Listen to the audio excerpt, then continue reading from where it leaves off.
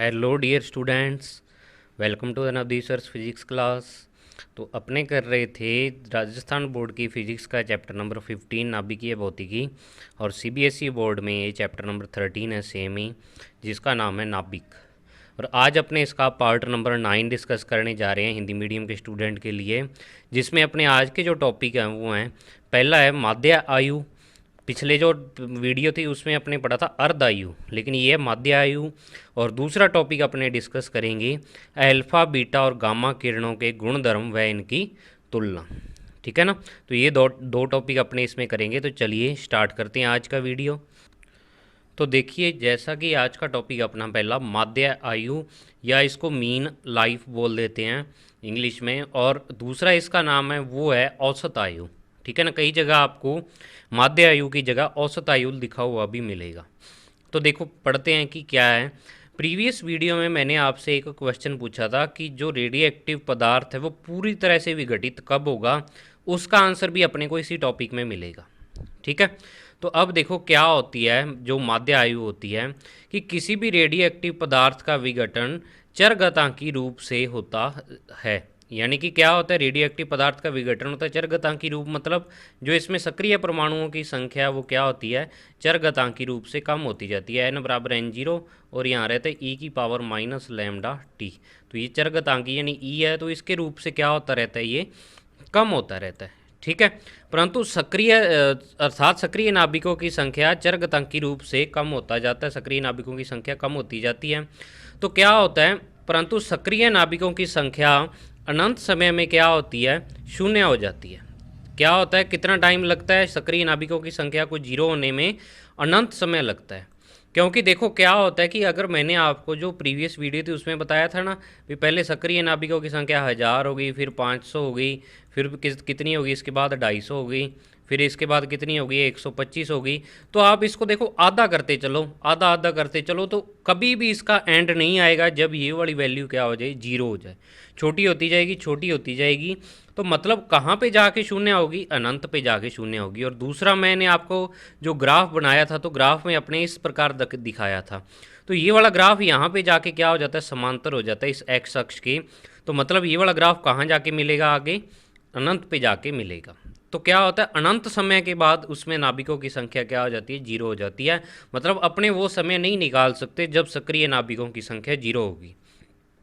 तो अपने क्या करते हैं यहाँ पे, थर्ड पॉइंट देखो, अतः रेडियो एक्टिव पदार्थों के विघटन हेतु कुल आयु के स्थान पर माध्य आयु का उपयोग किया जाता है। यानी कि अपने कुल आयु तो अपने को नहीं पता भी कितनी है, अनंत पे जाके कितनी है, या अपने नहीं अंदाजा लगा सकते भी पूरा जो आपका रेडियो एक्टिव पदार्थ है वो विघटित कब होगा। लेकिन अपने इतना अंदाजा लगा सकते हैं कि सब सारे नाभिकों की आयु का योग लगा के उनका क्या करें, औसत निकाल ले। तो अपने क्या करते हैं, कुल आयु के स्थान पर माध्य आयु का या औसत आयु का उपयोग करते हैं। ठीक है ना, मीन लाइफ का माध्य आयु का उपयोग करते हैं। अब होती क्या है माध्य आयु, वो देखो नेक्स्ट जो इसकी परिभाषा आती है माध्य आयु की, कि रेडियो एक्टिव पदार्थ की माध्य आयु इसके समस्त परमाणुओं, या यहाँ पे आप नाभिक भी लिख सकते हो, समस्त परमाणु या नाभिकों की आयु का योग व परमाणुओं की कुल संख्या का अनुपात होता है। ठीक है ना। क्या होता है माध्य आयु भी, ऊपर तो आप क्या लिखोगे, जो इसका सूत्र है इसे देखो टो द्वारा दर्शाया जाता है। सूत्र से आपको समझ आ जाएगी इसकी परिभाषा। टो वैसे तो बला गुणन के लिए भी होता है, दूसरी जगह पे टो आप यहाँ पे यूज करते हो जो आपका माध्य आयु है। तो टो बराबर क्या होगा, समस्त परमाणुओं की आयु का योग आ जाएगा और नीचे परमाणुओं की कुल संख्या आ जाएगी। मतलब टोटल आयु को जब परमाणुओं की कुल संख्या से भाग देते हैं तो वो उसकी माध्य आयु आ जाती है। अब देखो मान लो, आपको मैं समझाता हूँ भी माध्य आयु होती क्या है, कुल आयु कैसे। देखो आपको पता है कि ये कोई रेडियो एक्टिव पदार्थ है मान लिया, ठीक है ना। अब इसमें क्या होगा कि जब स्टार्टिंग में ये पदार्थ क्या होगा, विघटित होना स्टार्ट होगा। तो इसमें से मान लो ये वाले नाभिक पहले विघटित हो गए, तो इनकी तो आयु बहुत ही कम हुई। मान लो कि ये वाले नाभिक तो क्या हो गए कि 10 मिनट में ही विघटित हो गए। कितने में हो गए, 10 मिनट में ही। अब दूसरे नाभिक ये वाला चलता रहेगा चलता रहेगा चलता रहेगा। मान लो इसकी जो अर्ध आयु है वो कितनी है, 500 वर्ष है। ये मान लेते हैं अपने कि पदार्थ की जो अर्ध आयु है ना इसकी, वो कितनी है, 500 वर्ष है। तो मतलब जो इसमें क्या है कि बाकी नाभिक वो विघटित होते जाएंगे 10 मिनट से चलते चलते जब 500 वर्ष हो जाएगा टाइम, तब जाके ये पदार्थ क्या होगा, आधा विघटित होगा, मतलब इसके आधे नाभिक दूसरे में चेंज हो जाएंगे। लेकिन क्या है कि आधे नाभिक इसमें शेष भी रहेंगे, मतलब ये वाले तो अभी तक विघटित ही नहीं हुए, इनका विघटन तो स्टार्ट ही नहीं हुआ, टाइम 500 साल बीत गए। तो इसका मतलब क्या होता है कि जो रेडियो एक्टिव पदार्थ होता है उसमें सभी जो परमाणु होते हैं या सभी नाभिक होते हैं, सब की आयु अलग अलग होती है। दोबारा सुनो लाइन को, कि रेडियो एक्टिव पदार्थ में सभी सक्रिय परमाणु जो होते हैं उनकी जो आयु होती है वो अलग अलग होती है। मतलब कोई तो बहुत ही जल्दी विघटित हो जाता है जब पदार्थ विघटित होना स्टार्ट होगा, लेकिन कुछ को विघटित होने में बहुत टाइम लगेगा। अब जब लास्ट वाला परमाणु विघटित होगा तो तब तक तो बहुत ज़्यादा टाइम हो जाएगा, मतलब अनंत समय हो जाएगा। तो मतलब हर एक परमाणु की आयु अलग अलग होती है, ठीक है ना। भी कोई परमाणु कितना देर सक्रिय रहा उसके बाद चेंज हो गया, तो वो हर एक परमाणु के लिए या हर एक नाभिक के लिए अलग अलग होती है। तो अपने हर एक के लिए अलग अलग ना लेके क्या करते हैं, टोटल का औसत निकाल लेते हैं।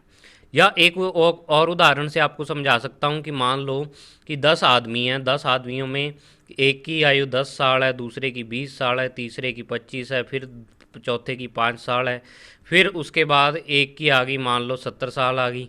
तो ऐसे करके सारों की आयु अलग अलग है। तो आपको क्या कह दिया, माध्य निकालो, तो माध्य के लिए क्या करते हो, सारों की आयु का योग लगाते हो, बटे में कुल कितने आदमी हैं उनकी संख्या से भाग दे देते हो। तो वही चीज़ यहाँ पे है कि समस्त परमाणुओं की आयु का योग लगाना आपको, और फिर उसको क्या कर देना है, भाग दे देना है, ठीक है ना। अब नेक्स्ट देखो अपने निकालते हैं सूत्र, क्योंकि जो परिभाषा अपने देते हैं किसी भी भौतिक राशि की, सूत्र उसका निकालना पड़ता है अपने को। तो सूत्र निकालते हैं, फॉर्मूला डेरिवेशन इसका। देखो क्या होगा सूत्र निकालने के लिए, अपने मानते हैं कि मानना किसी रेडियो एक्टिव पदार्थ के प्रतिदर्श में, मतलब सैंपल में क्या है, प्रारंभ में यानी t बराबर 0 समय पर जो सक्रिय परमाणुओं की संख्या है वो n0 है। कितने सक्रिय परमाणु हैं उसमें, n0 सक्रिय परमाणु है, यही संख्या लेते हैं अपने सक्रिय परमाणुओं की। और t समय बाद ये क्या हो जाती है, n हो जाती है, ये आपने पढ़ चुके हो आप पहले भी। तो अब देखो इसके बाद अपने क्या करते हैं, मानते हैं अपने। अब एक चीज़ स्टूडेंट के आपके दिमाग में ये जा सकती है ऊपर भी, सर क्या है कि जो परमाणु हैं वो विघटित होते रहते हैं और आपने बताया कि अनंत समय तक विघटित होते हैं, तो मतलब सारे परमाणुओं की जो आयु का योग है वो तो अनंत हो जाएगा। तो ये वाली चीज़ पॉसिबल नहीं है, इसको अपने कैलकुलेट कर सकते हैं, कैलकुलेट कर सकते हैं, तभी अपने क्या करते हैं, इसको परिभाषित करते हैं माध्य आयु को। अब इसको कैलकुलेट करेंगे कैसे, सारे परमाणुओं की आयु का योग कैसे लगाएंगे, तो वो आप सोचो भी फिजिक्स में आज तक आपने जब भी योग लगाया है तो वो योग कैसे लगाते हो आप, वो योग लगाते हो समाकलन से। तो अपने समाकलन विधि का यूज करके इसका सूत्र निकाल लेंगे। तो देखो ये तो आपके पास n0 और n अपने परिभाषित कर दिया। अब इसके बाद देखो समाकलन विधि लगाने के लिए अपने क्या करते हैं कि इसके बाद माना dt समय में dn परमाणुओं का और विघटन हो जाता है, कि मान लो ये वाले तो थे n0 टोटल थे परमाणु, और t समय ये समय बीत गया t, और अब यहाँ पर कितने रह गए, n रह गए। अब क्या है कि अपने मानते हैं भी इससे आगे थोड़ा सा एक बहुत ही छोटा अंतराल है समय का, यानी बहुत ही कम समय है। कितना समय लेते हैं अपने, dt समय लेते हैं, और इतने समय में जो परमाणु विघटित होते हैं वो क्या होते हैं, dn परमाणु विघटित हो जाते हैं, dt समय में dn परमाणु विघटित हो जाते हैं। तो अपने ये मान सकते हैं कि ये वाला समय तो बहुत कम है, तो स्टार्टिंग वाली पोजीशन से लेके और ये वाली पोजीशन तक का जो टाइम है वो t मान लेते हैं। मतलब जो आपने dn परमाणु लिए हैं ना, इनका जो आयु है वो कितनी मान लेते हैं अपने, t मान लेते हैं। देखो वास्तव में तो t प्लस dt होनी चाहिए थी, क्योंकि dt समय में आगे विघटित होते हैं ये वाले dn, तो वास्तव में तो ये होनी चाहिए थी, लेकिन इस t की तुलना में dt बहुत ही कम है, तो अपने इसको ना लेके क्या करते हैं, dn परमाणुओं का जो अपने विघटन है वो कितना मान लेते हैं, t मान लेते हैं। भी dn परमाणु t समय में विघटित हो जाते हैं, ठीक है ना। दोबारा समझो इसको, एक बार और समझ लो, कईयों के नहीं समझ आया होगा। भी अपने क्या करते हैं, n0 स्टार्टिंग में परमाणु थे, उसके बाद परमाणुओं की संख्या कितनी हो जाती है, n हो जाती है, और इसमें टाइम कितना लगता है आपको पता है, t टाइम लगता है इसमें। तो अब अपने इससे आगे टाइम लेते हैं, आगे कितना टाइम लेना आपको, डी टी टाइम लेना है, और इस डी टी टाइम में अपने मान लिया कि कितने और परमाणु विघटित हो जाते हैं, डी एन परमाणु विघटित हो जाते हैं। तो अब देखो डी टी टाइम में डी एन विघटित होते हैं, तो देखो ये वाली जो अमाउंट है बहुत ही कम है। इन डी एन जो परमाणु है, मान लो 2 परमाणु हैं, 3 परमाणु हैं, बहुत ही कम संख्या है परमाणुओं की, तो इनकी आयु होनी तो क्या चाहिए वैसे तो भी टी समय तक तो ये जीवित ही रहे, डी टी में ये विघटित हो गए, तो मतलब जो जितने समय ये जीवित रहे वो उनकी क्या हो जाएगी, आयु हो जाएगी। मतलब ये टी समय तक जीवित रहे तो इनकी आयु अपने क्या मानेंगे, टी मानेंगे। ठीक है ना, दोबारा इसको देखना, अगर ना समझ आए तो दूसरी बार देख लेना वीडियो। तो dt का मान अत्यंत सूक्ष्म आता है। हम मानते हैं कि dn परमाणुओं की आयु कितनी है, टी है। तो आपको dn परमाणु लेके आपको टोटल का क्या कर देंगे, समाकलन कर देंगे, तभी dn लिया है। कई सोचेंगे सर dn ही क्यों लिया है यहाँ पे, तो dn बहुत ही कम मात्रा अपने समाकलन करने के लिए लेते हैं, तो बहुत ही छोटे परमाणु, कम परमाणुओं के लिए अपने परिभाषित कर दिया, कुल के लिए अपने समाकलन कर देंगे। तो dt का मान अत्यंत सूक्ष्म है, तो dn परमाणु की आयु को अपने क्या मानते हैं, t मान लेते हैं। तो dn परमाणु की जो कुल आयु हो जाएगी वो t इंटू क्या हो जाएगी, dn हो जाएगी।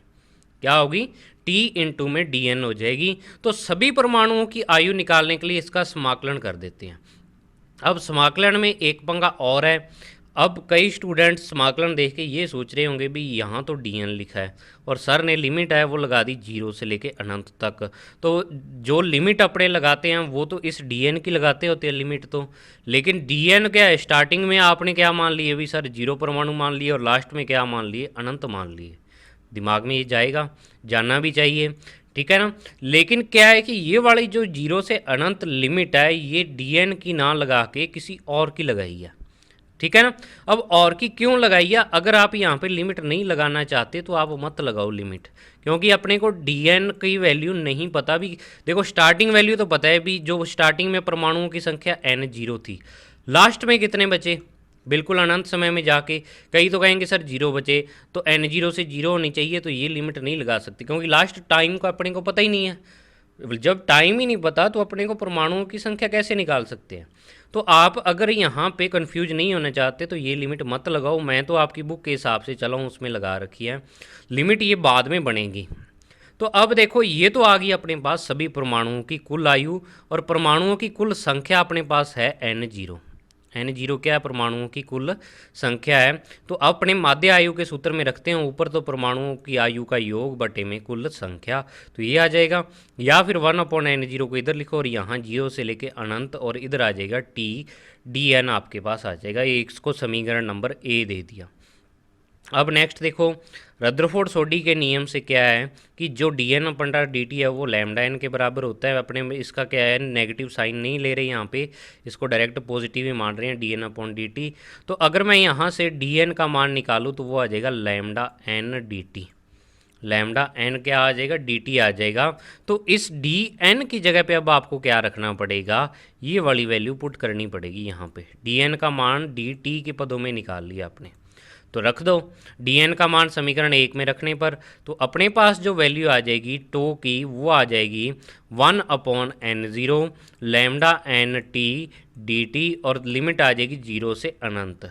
अब ये लिमिट किसके हिसाब से लगी है, डी टी के हिसाब से लगी है। ये देखो भाई जो लिमिट आई है ना वो इस टी के हिसाब से आई है, 0 से लेके अनंत तक।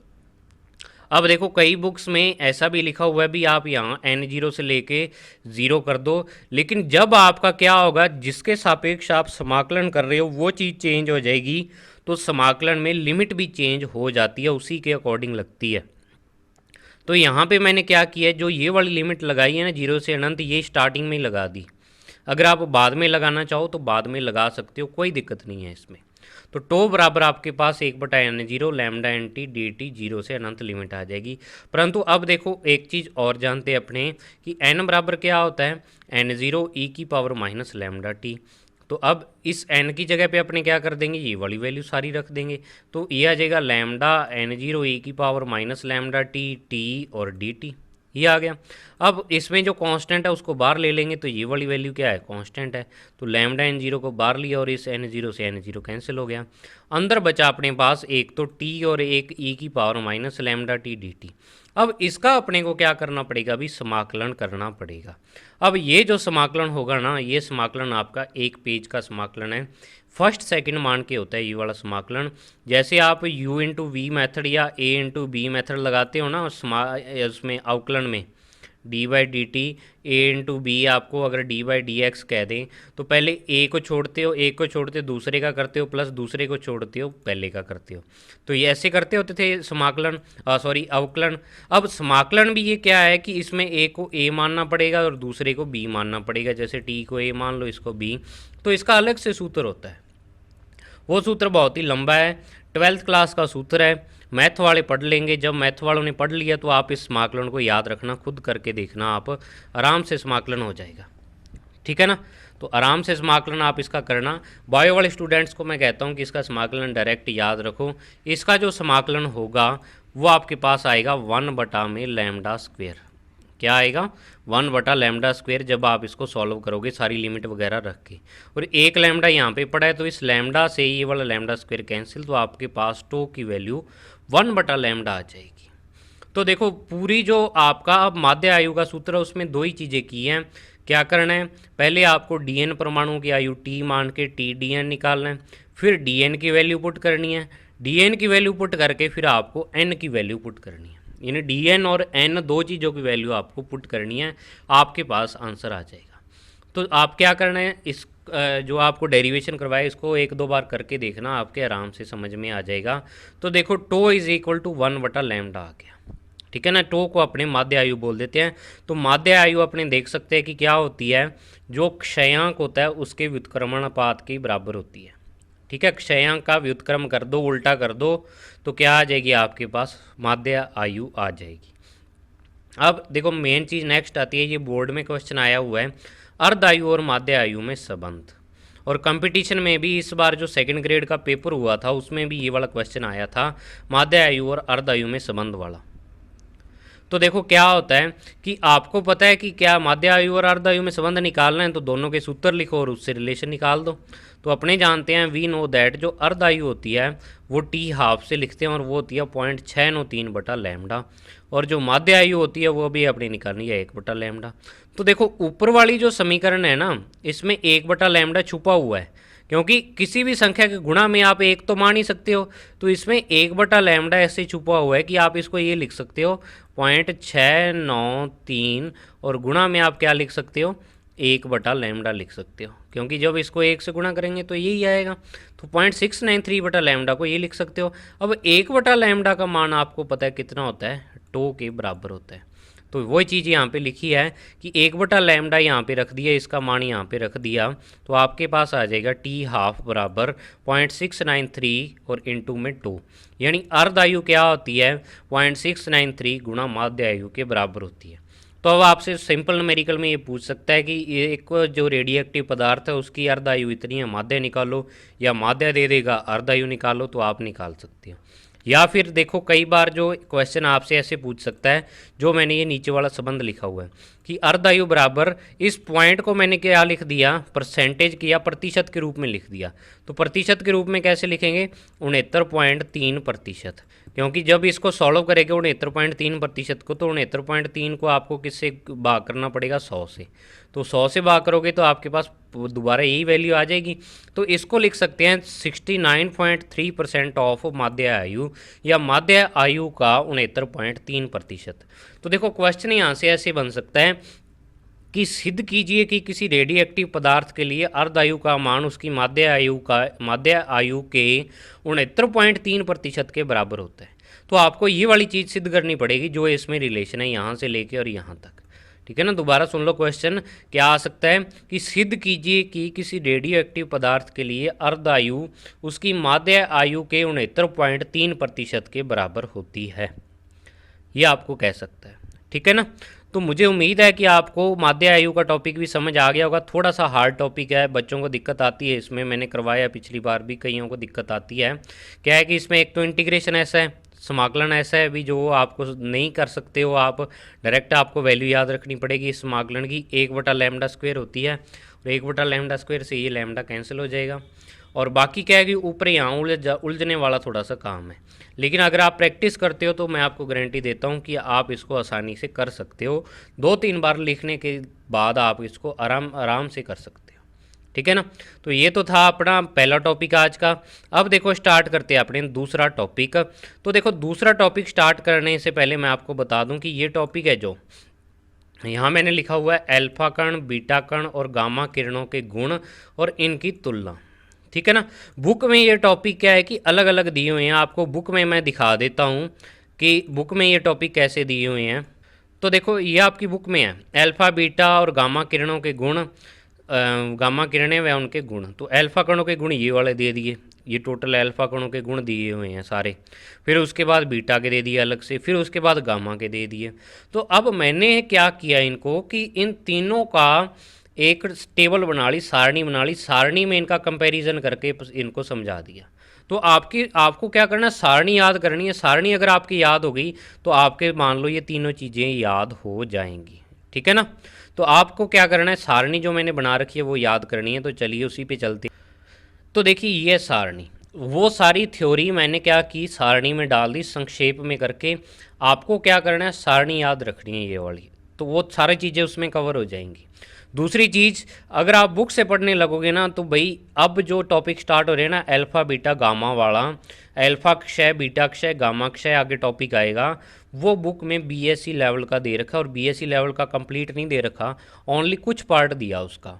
तो आधा आधा दिया हुआ है, आधा छोड़ा हुआ है, तो आपके समझ नहीं आएगा। तो ये दो टॉपिक स्पेशली मैं आपको इस चैप्टर में कहता हूँ, अल्फ़ा बीटा गामा वाला आप मेरे नोट से कर लो, ओनली बुक उठाने की ज़रूरत नहीं है।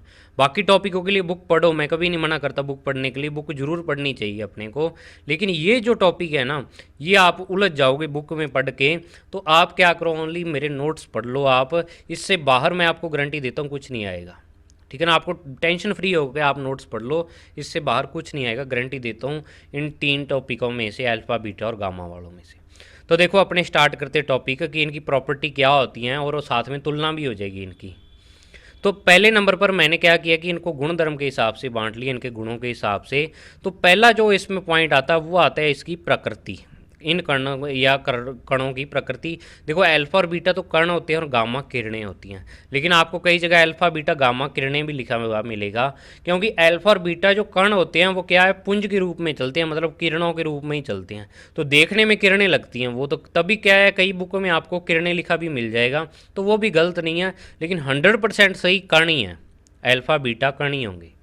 तो पहले नंबर पर जो पॉइंट आता है प्रकृति, तो जो अल्फा कणों की प्रकृति होती है, भी अल्फा कण होते क्या हैं, वो होते हैं धन आवेशित हीलियम परमाणु या 2He4 परमाणु। मतलब क्या होते हैं, अल्फा कण जो होते हैं ये धन आवेशित हीलियम परमाणु होते हैं, यानी कि इन पर क्या होता है, प्लस आवेश होता है। और किसके परमाणु होते हैं, ये हीलियम के परमाणु होते हैं, हीलियम से बने होते हैं। दूसरी चीज, बीटा कण क्या होते हैं, ये उच्च ऊर्जा के ऋण आवेशित इलेक्ट्रॉन होते हैं। ठीक है ना, ये नेगेटिव आवेश होता है। और उच्च ऊर्जा के क्या होते हैं, ये इलेक्ट्रॉन होते हैं। होते इलेक्ट्रॉन ही है बीटा कण, लेकिन उच्च ऊर्जा होती है, सामान्य इलेक्ट्रॉनों की तुलना में ऊर्जा उच्च होती है। और तीसरा आ गया जो गामा किरणें होती हैं, वो क्या होती हैं, वो विद्युत चुंबकीय तरंगें या उच्च ऊर्जा के फोटोन होते हैं। अब फोटोन और तरंग क्या होती है, एक ही होती है। जो इसमें क्या है कि द्वैत सिद्धांत दिया था डी ब्रोगली ने कि तरंग और कण प्रकृति दोनों ही होती है प्रकाश की, प्रकाश विद्युत चुंबकीय तरंगें हैं। तो वही चीज़ है कि ये क्या है कि एक विद्युत चुंबकीय तरंगें और उच्च ऊर्जा की क्या होते हैं, ये फोटोन होते हैं। उच्च ऊर्जा की विद्युत चुंबकीय तरंगें भी कह सकते हो और फोटोन भी कह सकते हो, एक ही बात है। अब नेक्स्ट देखो क्या है कि दूसरे नंबर पर आता है इनका प्रतीक, यानी इनका लिखने का तरीका क्या है, इनको पहचान कैसे सकते हैं। तो अल्फा कण आपको जब भी लिखा हुआ मिलेगा आप इसको इस तरीके से दर्शाओगे 2He4। देखने में तो ये क्या लग रहा है, हीलियम लग रहा है, लेकिन वास्तव में क्या चीज़ होती है, ये अल्फा कण होता है। ठीक है ना, हीलियम का नाभिक ही होता है, लेकिन इसकी ऊर्जा उच्च होती है, तभी इसको क्या है अल्फा कण बोल देते हैं। अब इसमें क्या है, इसको जो लिखने का प्रतीक है वो देखो क्या है कि नीचे तो आप क्या लगाओगे, जो आपका परमाणु क्रमांक वाली जगह है वहाँ तो -1 लगाते हैं, और ऊपर लगाते हैं अपने 0, और यहाँ लगाते हैं E। ठीक है ना, -1 इसका क्या बता रहा है, आवेश को बता रहा है। अब देखो बीटा क्या है, बीटा कण आगे दो प्रकार के होते हैं, अभी लास्ट में पढ़ेंगे अपने इसके ये टॉपिक कंप्लीट करके बीटा कणों के बारे में थोड़ा सा, कि बीटा कण दो प्रकार के होते हैं, एक तो बीटा नेगेटिव होते हैं, ठीक है ना, और एक होते हैं बीटा पॉजिटिव। बीटा नेगेटिव तो क्या होते हैं, उच्च ऊर्जा के इलेक्ट्रॉन। बीटा पॉजिटिव को अपने पॉजिट्रॉन बोल देते हैं। ये एक अलग तरह का कण होता है पॉजिट्रॉन, जो नाभिकीय अभिक्रियाओं में या नाभिक में पाया जाता है पॉजिट्रॉन। तो इस पर क्या होता है कि आवेश तो क्या होता है, इस इलेक्ट्रॉन के समान ही होता है, लेकिन इसका जो क्या है आपका आवेश की प्रकृति है वो क्या होती है, इस पर उसके विपरीत होती है। मतलब इलेक्ट्रॉन पर नेगेटिव होता है तो इस पर पॉजिटिव। अब कई सोच रहे होंगे भी सर प्रोटॉन पर भी तो पॉजिटिव ही होता है, इलेक्ट्रॉन के समान ही होता है। लेकिन दूसरी चीज़ क्या होती है, जो पॉजिट्रॉन होता है उसका द्रव्यमान भी इलेक्ट्रॉन के समान होता है, लेकिन प्रोटॉन का द्रव्यमान इलेक्ट्रॉन से 10,000 गुना ज़्यादा होता है, 10,000 गुना भारी होता है वो। तो पॉजिट्रॉन के बारे में डिटेल में आगे पढ़ेंगे, आगे आएगा। तो आपको याद रख लो भी दो प्रकार के होते हैं बीटा, लेकिन वास्तव में जिनको बीटा कह देते हैं ना, बीटा कण, वो यही होते हैं नेगेटिव वाले। नेगेटिव वाले कणों को अपने बीटा कण बोल देते हैं। अब लास्ट है गामा। तो गामा का चिन्ह ये होता है, गामा डायरेक्ट अपने इससे दर्शाते हैं। अब नेक्स्ट क्या है कि नाभिक पर प्रभाव क्या पड़ता है भी, जब ये क्या करेंगे किसी पदार्थ से निकलेंगे तो नाभिक पर प्रभाव क्या पड़ेगा। तो देखो ऊपर वाला प्रतीक, जब ये वाली चीज़ बाहर निकलेगी तो जो पदार्थ है आपका या जो तत्व आपने लिया हुआ है उसका जो क्या होगा, परमाणु क्रमांक होगा। तो देखो उसका परमाणु क्रमांक क्या होगा, ये नीचे वाला परमाणु क्रमांक है तो ये 2 क्या हो रहा है, यहाँ 2 लिखा हुआ है, मतलब परमाणु क्रमांक तो 2 कम हो जाता है और द्रव्यमान संख्या क्या हो जाती है, 4 कम हो जाती है। यानी जिस भी नाभिक से अल्फा कण निकलेगा उसकी परमाणु क्रमांक तो 2 से और द्रव्यमान संख्या 4 से कम हो जाएगी, क्योंकि जब ये बाहर निकलेगा तो मतलब इतनी कमी हो जाएगी उसमें। तो कमी होगी तो क्या होगा, 2 से कम हो जाएगा और ऊपर वाला 4 से कम। अब नेक्स्ट है, जब आपका क्या है कि जो आपका बीटा कण है तो इसमें परमाणु क्रमांक क्या होता है, 1 बढ़ जाता है, क्योंकि देखो नीचे नेगेटिव लगा हुआ है। और डिटेल में अभी अपने आगे नाभिकीय अभिक्रियाएं पढ़ेंगे, उसमें ये डिटेल में पढ़ लेंगे भी कैसे होता है। एक बार आप इतना याद रखो क्या होता है, परमाणु क्रमांक 1 बढ़ जाएगा, लेकिन द्रव्यमान संख्या में इसकी जगह पे क्या है, 0 आ रहा है, तो मतलब द्रव्यमान संख्या पर कोई प्रभाव नहीं पड़ेगा। डिटेल में आगे पढ़ेंगे, अभी नाभिकीय अभिक्रिया का टॉपिक आएगा उसमें पढ़ेंगे, ठीक है ना, हाइपर मत होना। अब नेक्स्ट देखो, ए व जेड दोनों समान होते हैं गामा किरणों के लिए, परंतु उच्च ऊर्जा स्तर से निम्न ऊर्जा स्तर में आता है। यानी कि क्या होता है कि जो गामा किरणें जब उत्सर्जित होती हैं तो जो आपका तत्व है उसमें ए और जेड वही रहेंगे, सेम ही रहेंगे, कोई चेंज नहीं आएगा ए और जेड में। लेकिन वो क्या होगा, जो आपका नाभिक होगा वो पहले उच्च अवस्था में होगा या उत्तेजित अवस्था में होगा, और बाद में जब गामा किरणों का उत्सर्जन करेगा ये, तो ये क्या आ जाएगा, अपनी मूल अवस्था में वापिस आ जाएगा, ये वाला जो तत्व होगा, ठीक है ना। क्योंकि गामा किरणें विद्युत चुंबकीय तरंगें होती हैं, और आपको पता है कि जब कोई नाभिक या इलेक्ट्रॉन की बात की थी पहले, अब यहाँ पे नाभिक की बात हो रही है, तो इलेक्ट्रॉन भी जब उत्तेजित से मूल अवस्था में आता है तो विद्युत चुंबकीय तरंगों का उत्सर्जन करता है। तो नाभिक भी जब उच्च ऊर्जा से यानी उत्तेजित अवस्था से निम्न अवस्था में आता है तो क्या करता है, गामा किरणों का उत्सर्जन करता है। नेक्स्ट देखो आता है इसमें वेग, कि इनका वेग क्या होता है। तो जो अल्फा कणों का वेग होता है वो इस रेंज में होता है भी 1.4 इंटू 10 की पावर 7 से 1.7 इंटू 10 की पावर 7 मीटर पर सेकंड। या इसको अपने क्या करें, जब प्रकाश के वेग से लिखना चाहें भी, प्रकाश के वेग के पदों में, तो इसको 3 गुणा 10 की पावर 8 से क्या कर दो, भाग दे दो, 3 गुणा 10 की पावर 8 से। तो लगभग ये किसके बराबर आ जाएगा, वी अल्फा 0.05 सी के बराबर आ जाएगा। ये प्रकाश के वेग के पदों में है अल्फा कणों का वेग, और वास्तव में इतना होता है, इतने मीटर पर सेकंड होता है इनका वेग। अब नेक्स्ट है जो बीटा कणों का वेग कितना होता है, कि प्रकाश के वेग के 1% से 99% तक होता है। मतलब प्रकाश के वेग का 1% हो सकता है, 2 हो सकता है, 3 हो सकता है, 4, ऐसे करके 99% हो सकता है, लेकिन प्रकाश के वेग के बराबर नहीं हो सकता इनका वेग जो होगा, ठीक है ना। 99% तक हो सकता है। मतलब प्रकाश अगर क्या है कि 3 गुणा 10 की पावर 8 मीटर पर सेकंड की स्पीड से चलता है, तो ये वाली जो किरणें हैं 2.95 गुणा 10 की पावर 8 मीटर पर सेकंड के वेग से चल सकते हैं बीटा कण जो होते हैं, लेकिन प्रकाश के वेग के समान नहीं चलेंगे, ये हमेशा उससे कम होगा, चाहे 1% ही कम हो जाए। और तीसरा है कि जो विद्युत चुंबकीय तरंगें होती हैं या गामा किरणें होती हैं वो क्या है, प्रकाश के वेग के समान ही चलती हैं। मतलब उनका जो वेग होता है प्रकाश के वेग के समान ही होता है विद्युत चुंबकीय तरंगों का, तो ये प्रकाश के वेग से ही चलेंगे। ये क्या है कि सारे एक्सपेरिमेंटल रिजल्ट हैं, आपको याद रखने पड़ेंगे ऐसे कि ऐसे। अब नेक्स्ट है ऊर्जा। तो ऊर्जा की बात करें तो क्या होती है, अल्फा कणों की जो ऊर्जा होती है वो सबसे कम होती है, बीटा की अधिक होती है अल्फा से, और गामा की क्या होती है, सर्वाधिक होती है। मतलब सबसे ज़्यादा ऊर्जा गामा की होती है और सबसे कम किसकी होती है, अल्फा की होती है। अब नेक्स्ट आती है आयनीकरण क्षमता, यानी किसी पदार्थ को आयनित करने की क्षमता कितनी होती है इसमें। तो आयनीकरण की क्षमता का मतलब भी किसी पदार्थ में अगर अल्फा कण डालें उस पर, तो उसमें से कितनी जल्दी इलेक्ट्रॉन वो बाहर निकाल देंगे। इलेक्ट्रॉन बाहर निकालेंगे तभी तो आयनित होगा। या फिर आपको पता है अल्फा कण धनावेशित कण है, तो धनावेशित कण जब उस पदार्थ में प्रवेश करेंगे तो उस पर क्या करेंगे, ये बहुत ही ज़्यादा उसको क्या कर देंगे, ये आयनित कर देंगे, क्योंकि इस पे जो आवेश होता है वो +2 के बराबर होता है और इस पे होता है -1। तो क्या होता है कि इस पर आवेश, जिस पर जितना ज़्यादा आवेश होगा उसकी आयनीकरण क्षमता उतनी ही अधिक होगी। तो आयनीकरण क्षमता अल्फा की क्या होती है, सर्वाधिक होती है। बीटा से तो 100 गुना और गामा से 10,000 गुना ये क्या होती है, ज़्यादा होती है इनकी आयनीकरण क्षमता। मतलब गामा किरण तो एक डालो, गामा किरणें तो आप 10,000 डालो और क्या करो, अल्फा कण एक ही डाल दो, तो क्या होगा, पदार्थ आपका एक अल्फा कण से आयनित हो जाएगा, जितने में ये 10,000 गामा किरणें लगी। देखो देखने में अजीब लग रहा होगा आपको भी, ऊर्जा तो सबसे ज़्यादा इनकी होती है, लेकिन आयनित क्या करती है, सबसे ज़्यादा ये करती है, क्योंकि आयनीकरण क्षमता होती है वो आवेश पर निर्भर करती है। जिस पर ज़्यादा आवेश होगा वह उतनी ज़्यादा दूसरी चीज़ को आवेशित करेगा या आयनित करेगा। आवेशित करना मतलब उसको आयन बना देगा ये। अब नेक्स्ट है कि जो बीटा की होती है वो अधिक होती है, अल्फा से तो कम होगी ये, लेकिन वैसे क्या होती है, अधिक होती है और गामा से 100 गुना ज़्यादा होती है। और लास्ट में आता है गामा, तो गामा पर क्या होता है, आवेश इतना नहीं होता, तो इनकी आयनीकरण क्षमता सबसे कम। यानी ऊर्जा और आयनीकरण क्षमता एक दूसरे से क्या हो गई, उल्टा हो गया। अब नेक्स्ट देखो क्या आता है आपके पास, नेक्स्ट आता है भेदन क्षमता। तो भेदन क्षमता है, जैसा कि इसके नाम से स्पष्ट हो रहा है, भेदने की क्षमता मतलब किसी चीज़ के आर पार जाने की क्षमता, ठीक है ना। तो भेदन क्षमता में क्या होगा कि आपको पता है अल्फा किरणें, अल्फा कण जो होते हैं उनकी जो ऊर्जा होती है सबसे कम होती है, तो ये सबसे कम क्या करेंगी, किसी चीज़ को विभेदित कर पाएंगी।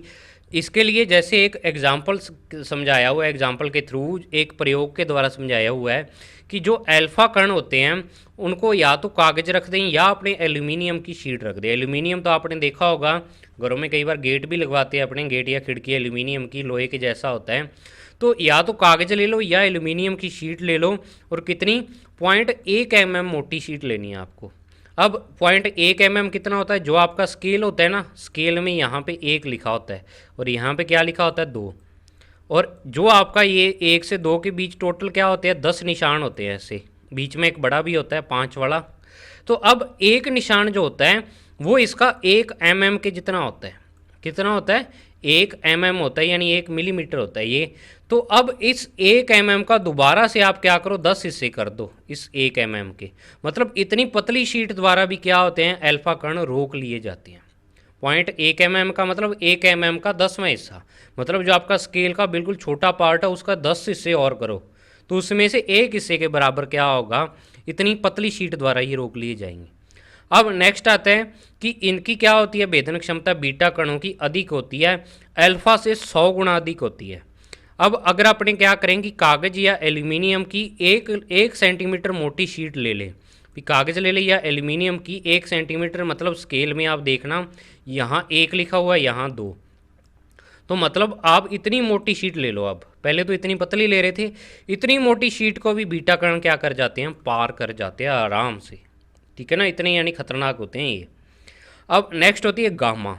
तो गामा क्या होती हैं, गामा किरणें, इनकी जो भेदन क्षमता सर्वाधिक होती है, मतलब अल्फा से तो 10,000 गुना ज़्यादा होती है और बीटा से 100 गुना ज़्यादा होती है। अब ये रिजल्ट भी एक्सपेरिमेंट है, आपको ऐसे के ऐसे याद रखने हैं, ठीक है ना। अब एक उदाहरण जो दिया हुआ है इसमें वो है कि कागज या एल्यूमिनियम की 30 सेंटीमीटर मोटी शीट को पार कर जाती हैं ये वाली। अब 30 सेंटीमीटर कितना होता है, जो आपका छोटा स्केल होता है ना आपके पास, जो पारदर्शी सा स्केल, वो आपके पास 15 सेंटीमीटर का होता है। तो 15 सेंटीमीटर क्या मतलब, आप 2 स्केल ले लो, या स्टील वाला जो स्केल आता है ना, आपने बड़ा स्केल देखा होगा, वो 30 सेंटीमीटर का होता है। मतलब उतनी मोटी अगर आप क्या लेते हो, एल्यूमिनियम की या कागज़ की शीट लेते हो, तो उसको ये आराम से पार कर जाएंगी गामा किरणें जो होंगी। तो यहाँ से आप अंदाज़ा लगा सकते हो भी इतनी मोटी एल्यूमिनियम की शीट को भी आर पार कर जाती हैं अगर आपने गामा किरणें उस पर डाल दी तो ये क्या है, इनकी भेदन क्षमता होती है। तो अल्फ़ा की सबसे कम, बीटा की उससे ज़्यादा और गामा की सबसे ज़्यादा होती है। अब नेक्स्ट आता है तीनों पर आवेश। तो अल्फा कणों पर आवेश जो होता है वो +2e के बराबर होता है, मतलब इलेक्ट्रॉन का दुगना होता है, सॉरी प्रोटॉन का दुगना होता है, ठीक है ना। जो बीटा कणों पर आवेश होता है +e होता है, कई बुकों में यहाँ सॉरी -e होता है, कई में आपको -e और वह +e लिखा मिलेगा, वो पॉजिट्रॉन के लिए होगा। लेकिन जो बीटा कण अगर आपको लिखा आ जाए तो उस पर नेगेटिव आवेश ही होता है, माइनस का, ठीक है ना। अब लास्ट आता है गामा। तो गामा किरणें अनावेशित होती हैं, इन पर कोई आवेश नहीं होता है। अब नेक्स्ट देखो 9th पॉइंट आता है फोटोग्राफिक प्लेट पर प्रभाव। मतलब फोटोग्राफिक प्लेट अगर आप ले लेते हो, जैसे स्टार्टिंग में बैक्यूरेल ने ली थी, तो उस पर क्या प्रभाव दर्शाती हैं। तो इनकी ऊर्जा सबसे कम होती है, तो ये अल्फा कण होंगे वो सबसे कम प्रभाव दर्शाएंगे, मतलब कम काला करेंगे उसे। बीटा कण उससे ज़्यादा करेंगे, और जो ये गामा होंगे ये सर्वाधिक उसे प्रभावित करेंगे। ये फोटोग्राफिक प्लेट के आर पार भी हो सकते हैं, ठीक है। तो ये फोटोग्राफिक प्लेट पर प्रभाव आ गया। अब नेक्स्ट आता है ऊर्जा का स्पेक्ट्रम। मतलब कि जो गामा कण होते सॉरी अल्फा कण, बीटा कण या गामा किरणें होती हैं, इनकी ऊर्जा किस प्रकार से होती है, ऊर्जा का किस प्रकार ये उत्सर्जन करते हैं, ठीक है ना। ऊर्जा का उत्सर्जन करने का ग्राफ बनाते हैं जो अपने, उसको क्या बोल देते हैं, ऊर्जा का स्पेक्ट्रम। तो जो इसका स्पेक्ट्रम होता है अल्फा का, वो रेखीय और विविक्त होता है। मतलब अपने को क्या है कि ग्राफ कंटिन्यूस ना मिलकर टूटा हुआ मिलता है, ऐसे ऐसे ऐसे टूटा हुआ मिलेगा। मतलब आपको क्या मिलेगी, ऐसे लाइनें मिल जाएंगी दो, जैसे ये 2-3 लाइनें यहाँ मिल गई, 2 लाइनें यहाँ मिल गई, फिर यहाँ मिल गई। मतलब ये टुकड़ों में क्या करता है, ऊर्जा का उत्सर्जन करता है, तभी इसका रेखीय। रेखीय का मतलब क्या मिलती है, लाइनें, और विविक्त का मतलब बिखरी हुई लाइनें मिलती हैं। ऐसे नहीं भी सारी लाइनें एक जगह पे लाइन वाइज ऐसे मिल जाएंगी। 2 लाइनें मिल गई, फिर जगह खाली आ गई, फिर 2 मिल गई, फिर जगह खाली आ गई। तो इस प्रकार ये ऊर्जा का उत्सर्जन करते हैं, मतलब टुकड़ों के रूप में, बिखरे हुए रूप में ये ऊर्जा का उत्सर्जन करते हैं। तो मतलब ऊर्जा का स्पेक्ट्रम रेखीय और विविक्त होता है। अब बीटा कण जो होते हैं इनका स्पेक्ट्रम होता है सतत। मतलब जो इनका ग्राफ आएगा ना वो ऐसे आएगा, ऐसी ऊर्जा का ग्राफ आएगा। मतलब आपको हर जगह पे एक लाइन मिल सकती है अगर आप पॉइंट को मिलाओ तो। इसका सतत होगा। और जो गामा का होगा ये फिर से रेखीय और विविक्त होगा। मतलब क्या है, जो अल्फा का है वैसा ही इसका मिलेगा अपने को गामा का। तो ये याद कर लेना। फिर 11वां पॉइंट जो इसमें आता है वो आता है विद्युत क्षेत्र और चुंबकीय क्षेत्र का प्रभाव। मतलब विद्युत क्षेत्र में अल्फा कण रखें, बीटा कण रखें या गामा किरणें, और चुंबकीय क्षेत्र में रखें तो क्या प्रभाव पड़ता है। तो आपको मैंने बताया कि जो भी कण आवेशित होगा उस पर विद्युत क्षेत्र भी बल लगाएगा और चुंबकीय क्षेत्र भी बल लगाएगा। विद्युत क्षेत्र में बल तो आपने पढ़ ही लिया, भी एक आवेश दूसरे आवेश पर बल लगाता है। चुंबकीय क्षेत्र में भी क्या लगता है, आवेशित कण पर बल लगता है, वो अपने 7वें चैप्टर में पढ़ेंगे। तो क्या होगा, जिस पर आवेश है उस पर बल लगेगा, दूसरे पर नहीं लगेगा। तो मतलब क्या है कि जो आपका अल्फा कण है ये सबसे कम विक्षेपित होते हैं और बीटा के विपरीत दिशा में विक्षेपित होते हैं। मतलब इसको विद्युत क्षेत्र में रखो चाहे चुंबकीय क्षेत्र में रखो, सबसे कम विक्षेपित क्यों होते हैं, क्योंकि ये सबसे भारी होते हैं। इनका भार क्या होता है, काफ़ी होता है, तभी हिलते कम है। मतलब इन पर क्या होगा, दूसरी चीज़ जो बल लगाएगी उसको खींचने में जोर आएगा। मतलब ये कम विक्षेपित होंगे।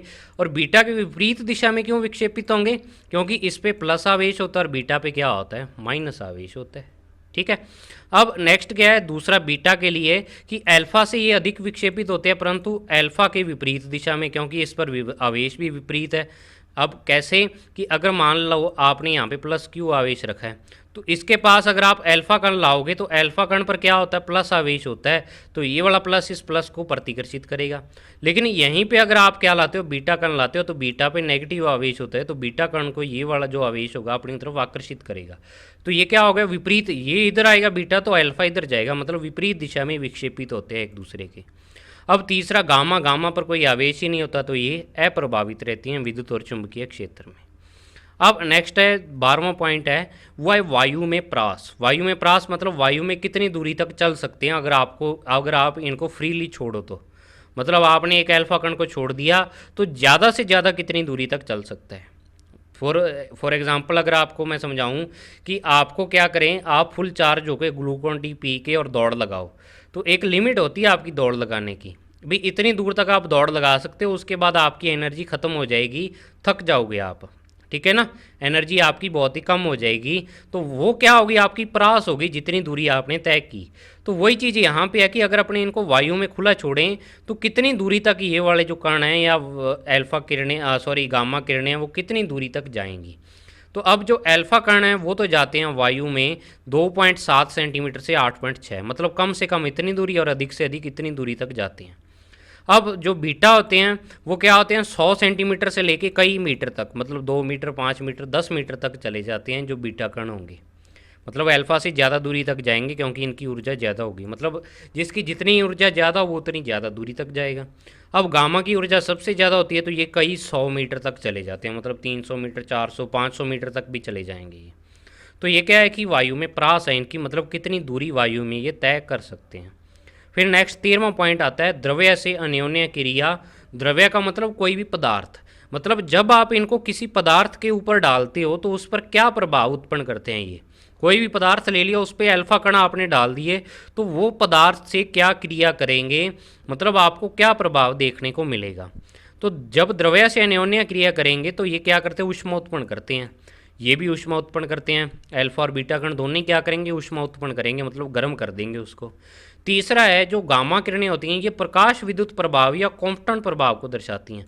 और प्रकाश विद्युत प्रभाव का तो आपके 13 नंबर चैप्टर उसमें डिटेल से पढ़ेंगे क्या होती है ये। इसका पूरा 13वां चैप्टर आपका प्रकाश विद्युत प्रभाव के नाम से ही है। और कॉम्पटन प्रभाव आप बड़ी क्लासों में पढ़ोगे। इसमें क्या होता है कि कोई भी आवेशित कण है वो फोटोन को अवशोषित कर लेता और दो अलग अलग दिशाओं में टूट जाता है, उसको कॉम्पटन प्रभाव बोलते हैं। आपके नहीं है ये, 12वीं क्लास में नहीं आएगा, बीएससी में आता है ये, बीएससी में भी आगे फाइनल ईयर में आता है ये, ठीक है ना। तो इसको पढ़ने की ज़रूरत नहीं है, नाम याद रख लो। तो ये थे इनके गुणधर्म और उनके क्या थे, आपके कंपैरिजन थी, मतलब उनकी तुलना की थी अपने। अब देखो अन्य महत्वपूर्ण बिंदुओं में मैंने वो चीज़ें डाली हैं कि जो सारणी में नहीं आ सकती थी, मतलब आपकी बुक में ये चीज़ें दी हुई हैं लेकिन सारणी में फिट नहीं हो सकती थी तीनों की तुलना में। तो मैंने इनको क्या किया, जो पॉइंट बच गए ना बीच में भी, जो पॉइंट रह गए उनको अलग से लिख दिया अन्य महत्वपूर्ण बिंदु बना के। तो देखो क्या होता है, पहला पॉइंट है जो कि जो बीटा कण होते हैं इसमें सारे मिक्स ही आएंगे आपके, अल्फा बीटा गामा। बीटा कण दो प्रकार के होते हैं, एक को बीटा नेगेटिव से लिखते हैं और दूसरे को बीटा पॉजिटिव। देखो बीटा को लिखने का तरीका ये होता है कि बी को आप ऐसे लिख दो नीचे, मतलब थोड़ा सा बढ़ा के, ये बीटा होता है, लैटिन भाषा का सिंबल है ये, उसमें ही ऐसे आता है ये। तो बीटा कण दो, बीटा नेगेटिव और बीटा पॉजिटिव। इसको ऋणात्मक बीटा कण बोल देते हैं, इसको धनात्मक। ये तो होते हैं जो ऋणात्मक होते हैं वो उच्च ऊर्जा के इलेक्ट्रॉन होते हैं और इनका चिन्ह ये वाला होता है। और जो धनात्मक बीटा कण होते हैं ये अलग ही टाइप के कण होते हैं, इलेक्ट्रॉन ना होके ये अलग कण होते हैं जिसको अपने पॉजिट्रॉन बोल देते हैं। क्या होता है, इलेक्ट्रॉन का मान लो जुड़वां बाई है लेकिन प्रकृति में उससे विपरीत है ये, ठीक है ना। कि इलेक्ट्रॉन अगर मान लो शांत है तो ये पॉजिट्रॉन भड़का हुआ आदमी है, क्रोध वाला है, ऐसे मान सकते हो, लेकिन है दोनों जुड़वां बाई बिल्कुल। तो इसका जो चिन्ह होता है ये +1 E0 होता है। तो अब अपने बीटा कण में पढ़ा था, जब बीटा कण निकलेगा तो जो आपका नया तत्व होगा उसका परमाणु क्रमांक 1 बढ़ जाता है। तो जब पॉजिट्रॉन निकलता है तो उसका परमाणु क्रमांक 1 कम हो जाता है, क्योंकि अल्फा कण में भी तो ये प्लस ही आया था 2He4 में, तो इसमें भी 2 कम हुआ था, तो इसमें भी ये 1 कम हो जाता है। डिटेल में अभी आगे आएगा अभिक्रियाओं में, वहाँ पढ़ लेंगे आप। हाइपर मत होना भी सर हमें तो ये पता नहीं लग रहा है क्या चीज़ ये। तो आप इतना याद रखो भी बीटा कण 2 प्रकार के होते हैं। फिर नेक्स्ट पॉइंट है, सेकंड पॉइंट इसमें वो है कि बीटा कणों के उत्सर्जन से नाभिक में न्यूट्रॉन प्रोटॉनों में बदलते हैं। ये भी नाभिकीय अभिक्रियाओं में आपको पढ़ाऊंगा कि बीटा कणों के उत्सर्जन, आगे बीटा क्षय वाला टॉपिक आएगा उसमें आपको पूरी रिएक्शन आएगी। तो इतना याद रखो भी बीटा कण जब उत्सर्जित होगा तो नाभिक में जो न्यूट्रॉन है वो प्रोटॉनों में बदल जाते हैं, कई न्यूट्रॉन। देखो कितनी ज़बरदस्त घटना होती है, न्यूट्रॉन ही प्रोटॉनों में बदल जाते हैं, ठीक है ना। तो अब नेक्स्ट है, देखो डिटेल में आपके नहीं है ये, आपके ओनली इतनी लाइन और रिएक्शन दी हुई है, बस डिटेल में पढ़ना हो तो एमएससी में आता है ये। नेक्स्ट है भी पॉजिट्रॉन को इलेक्ट्रॉन का प्रतिकण बोल देते हैं, क्योंकि इलेक्ट्रॉन का विपरीत ही होता है, तो एंटी पार्टिकल बोल देते हैं। एंटी मतलब उसका उल्टा, एंटी उसको ही बोलते हैं जो विचारों में दूसरे से अलग हो। तो वही चीज़ यहाँ पे है कि जो आपका पॉजिट्रॉन होता है वो इलेक्ट्रॉन के होता तो इलेक्ट्रॉन जैसा ही है, लेकिन प्रकृति उसकी क्या होती है, विपरीत होती है इलेक्ट्रॉन के। तो इलेक्ट्रॉन का ऐसे प्रतिकण या एंटी पार्टिकल बोल देते हैं। नेक्स्ट फोर्थ पॉइंट आता है इसमें, वो आता है कि गामा किरणों की जो तीव्रता होती है वो अपने इस सूत्र से देते हैं। अब इस सूत्र के बारे में डिटेल नहीं है भी आया कहाँ से है या और है भी गामा किरणों की तीव्रता मतलब क्या होती है, तीव्रता क्या होती है मतलब कितनी उनकी ऊर्जा है, कितनी ज़्यादा तीव्र है। मतलब तीव्र मतलब क्या होता है कि आप बल्ब का उदाहरण ले लो, एक बल्ब डिम जल रहा है और एक ज़्यादा जल रहा है, तो डिम वाले की तीव्रता कम है, दूसरे की ज़्यादा है, तो वो चीज़ तीव्रता है। तो तीव्रता इस सूत्र से देते हैं। यहाँ पे क्या होता है आपको पता है कि I0 तो प्रारंभिक तीव्रता और I क्या है किसी समय पर तीव्रता होगी, और म्यू क्या है यहाँ पे कांस्टेंट है जिसे पदार्थ का अवशोषण गुणांक कहते हैं और पदार्थ की प्रकृति पर निर्भर करता है। पॉइंट लिख दिया लेकिन बिल्कुल भी इंपॉर्टेंट नहीं है, नहीं आ सकता क्वेश्चन इसमें से, ठीक है ना। नेक्स्ट है अल्फा बीटा और गामा किरणों का मानव शरीर पर बहुत बुरा प्रभाव पड़ता है, इसके प्रभाव से त्वचा रोग और कैंसर हो जाते हैं, ठीक है ना। अगर ये किरणें अपने मानव शरीर के ऊपर पड़ जाएं तो बहुत ही ज़्यादा नुकसानदायक अपने लिए। तभी क्या होता है जो परमाणु बम होता है उसमें ये वाली किरणें तो निकलती हैं। अब आप सोचो भी एल्युमिनियम की जो शीट होती है, एल्युमिनियम की जो शीट होती है वो अपने से कितनी ज़्यादा हार्ड होती है मनुष्य के शरीर से तुलना करें तो। अपना मांस तो बहुत ही क्या होता है सॉफ्ट होता है, लेकिन एल्यूमिनियम की शीट बहुत ही ज़्यादा हार्ड होती है। अब 30 सेंटीमीटर मोटी एल्यूमिनियम की शीट के जब ये आर पार हो सकते हैं तो मनुष्य शरीर के तो आराम से हो सकते हैं।